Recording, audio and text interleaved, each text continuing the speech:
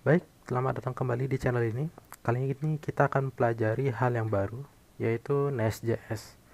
Jadi Nest.js ini adalah salah satu framework untuk backend yang lagi populer akhir-akhir ini. Nah, di sini saya akan sharing apa yang saya tahu tentang Nest.js. Jadi dari pengalaman saya menggunakan Nest.js, saya juga masih baru belajar. Jadi kita akan belajar bersama-sama di sini. Oke, kita langsung mulai saja ya.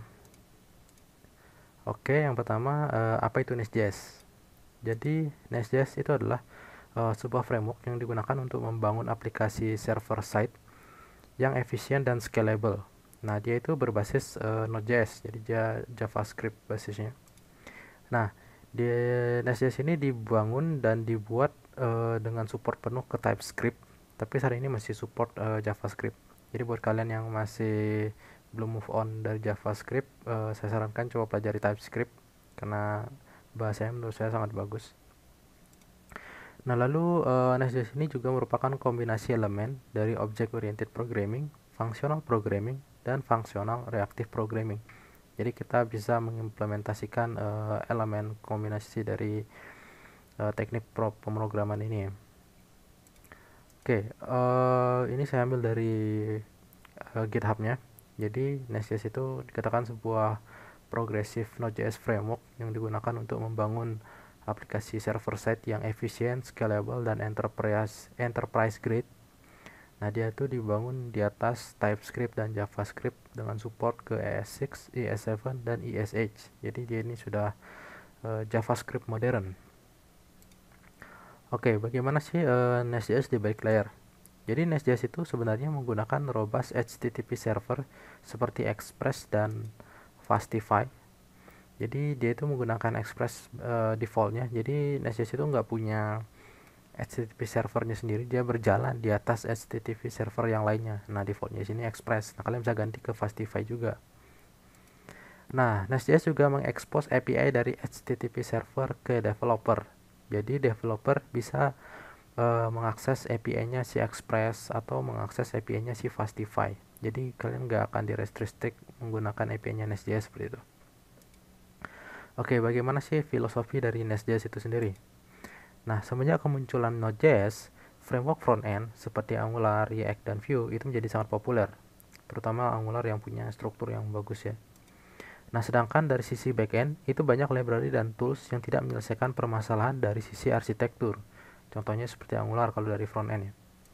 Nah, oleh sebab itu, Nest.js itu hadir untuk menyelesaikan permasalahan ini dengan menyediakan arsitektur yang testable, scalable, loosely coupled, dan maintainable. Jadi testable itu maksudnya mudah untuk dites, scalable mudah untuk dikembangkan, lalu loosely coupled itu mudah untuk dihilangkan fitur-fiturnya, lalu mudah juga untuk di-maintain. Nah, Nest.js juga menyediakan Nest.js CLI, yaitu sebuah command line interface yang memudahkan developer untuk membuat project Nest.js dan membangun project dengan struktur yang baik. Nah, kalau kalian mungkin pernah menggunakan Laravel, di sana ada tool CLI-nya itu ya Artisan. Nah, ini kurang lebih mirip juga seperti ini. Kalau di Angular itu juga ada CLI-nya ya, kalau saya tidak salah. Oke, untuk dokumentasinya sendiri kalian bisa langsung akses saja di docs.nestjs.com. Oke, nggak afdol rasanya kalau misalkan kita belajar sesuatu gitu tanpa use case langsung atau project sederhana gitu. Oleh sebab itu, kita akan membuat sebuah project sederhana sekaligus belajar mengenai Nest.js ini. Nah, untuk projectnya sendiri, di sini kita akan membuat sebuah book API. Jadi API untuk sebuah buku gitu. Jadi nanti ada user bisa register, bisa login. Nanti ada buku, kita bisa menambahkan buku, bisa edit buku, bisa view buku, lalu bisa delete books-nya juga. Jadi nanti setiap user itu punya buku-bukunya sendiri gitu. Jadi user itu bisa meminjam buku lah nanti intinya seperti itu. Nah, untuk projectnya sendiri kita akan buat RESTful API.